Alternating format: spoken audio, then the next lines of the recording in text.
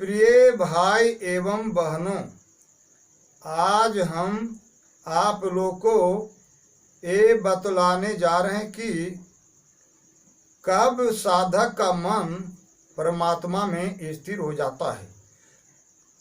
कब साधक का मन परमात्मा में भली भांति स्थिर हो जाता है, इसके बारे में आज हम आप लोग को जानकारी प्रदान करने जा रहे हैं कि साधक का मन परमात्मा में कब भली भांति स्थिर हो जाता है। इसके बारे में आप लोग जानिए। गीता अध्याय 2 श्लोक नंबर 64 और 65 में भगवान श्री कृष्ण चंद्र जी ने अर्जुन जी को बताया है कि जो पुरुष अपने अंतःकरण को अपने वशवर्ती बना लिया है, जो अपनी इंद्रियों को वश में कर लिया है और राग द्वेष से रहित हो चुका है, फिर भी विषयों में विचरण करते भर में भी साधक प्रसन्न ही रहता है। यानी वह साधक ऐसा हो जाता है कि अपने हृदय को, चित्त को पवित्र बना लेता है और विषयों में रमन नहीं करता, और विषयों में इंद्रियों के द्वारा विषयों में रमन नहीं करता। इंद्रियों को इतना संयमित कर लिया है कि केवल जरूरतमंद कामों को ही इंद्रियों के द्वारा किया करता है, बाकी एक्स्ट्रा काम इंद्रियों के में पढ़ करके नहीं करता।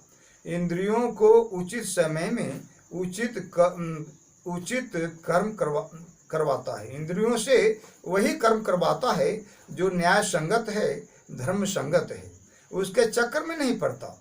इंद्रियां जो अपनी अपनी विषयों में दौड़ती चलती हैं, उसके पीछे साधक का मन नहीं दौड़ता चलता। जैसे आँख का काम है सुंदर सुंदर वस्तुओं देकर के सुख प्राप्त करना, तो इस तरह से आँख को उसमें लगाए नहीं रखना चाहता है साधक गण। और जैसे कान के द्वारा सुंदर सुंदर स्वरों को सुन करके खूब प्रसन्न होता है, तो उसमें कान को लगाए रखना नहीं चाहता। ये साधक का उच्च इंद्रियों को वश में करने वाले साधक का ऐसा स्वभाव होता है। और मुख से बढ़िया बढ़िया चीज खाने, स्वादिष्ट स्वादिष्ट खाने की जो आदत होती है, वो जिह्वा को लोलुप नहीं बनने देता। इंद्रिय को बस में रखने वाला साधक, जिह्वा जो चाहे वही देता रहे, ये इंद्रिय जीत साधक नहीं करता। इस तरह से साधक अपने अंतःकरण को और इंद्रियों को वश में किए रखता है। तो सारे जगत में इंद्रियों के विषयों के पीछे जो भी कार्य है, वह साधक गण नहीं मन को करने देता। जो उचित है वही केवल करने देता है। वास्तविक में वही कर्म इंद्रियों से करवाता है जो न्याय संगत, धर्म संगत हो, विशेष नहीं।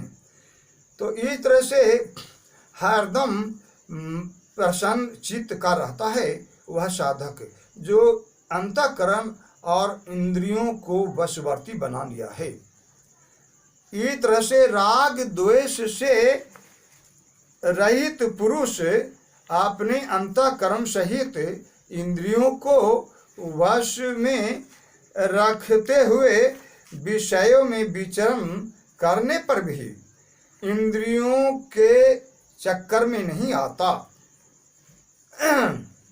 और सदा प्रसन्न ही रहता है।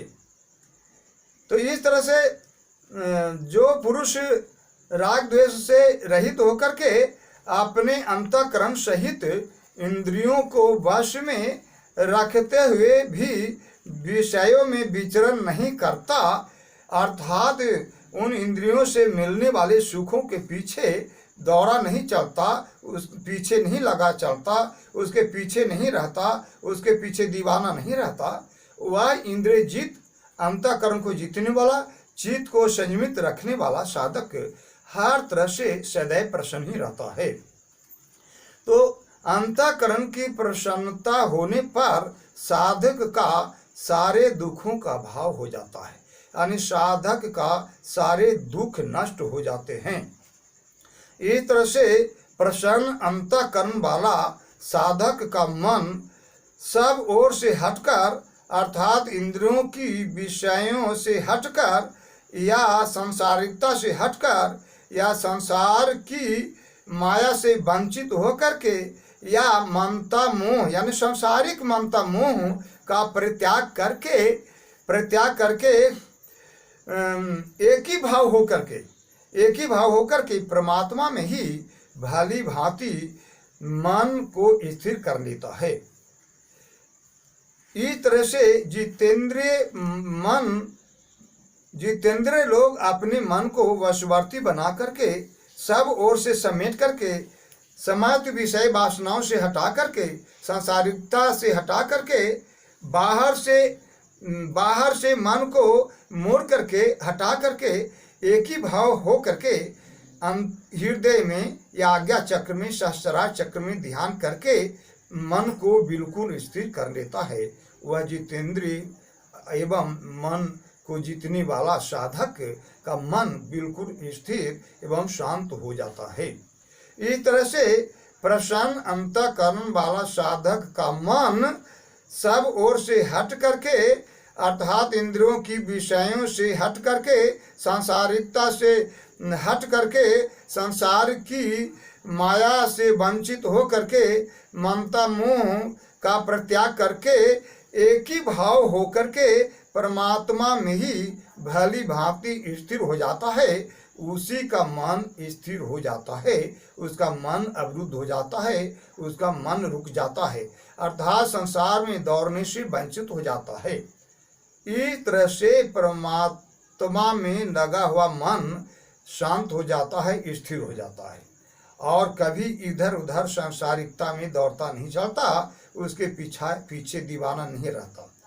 इस तरह से साधक का मन स्थिर हो जाता है, शांत हो जाता है और पवित्र हो जाता है और वह परमात्मा की प्राप्ति कर भी लेता है।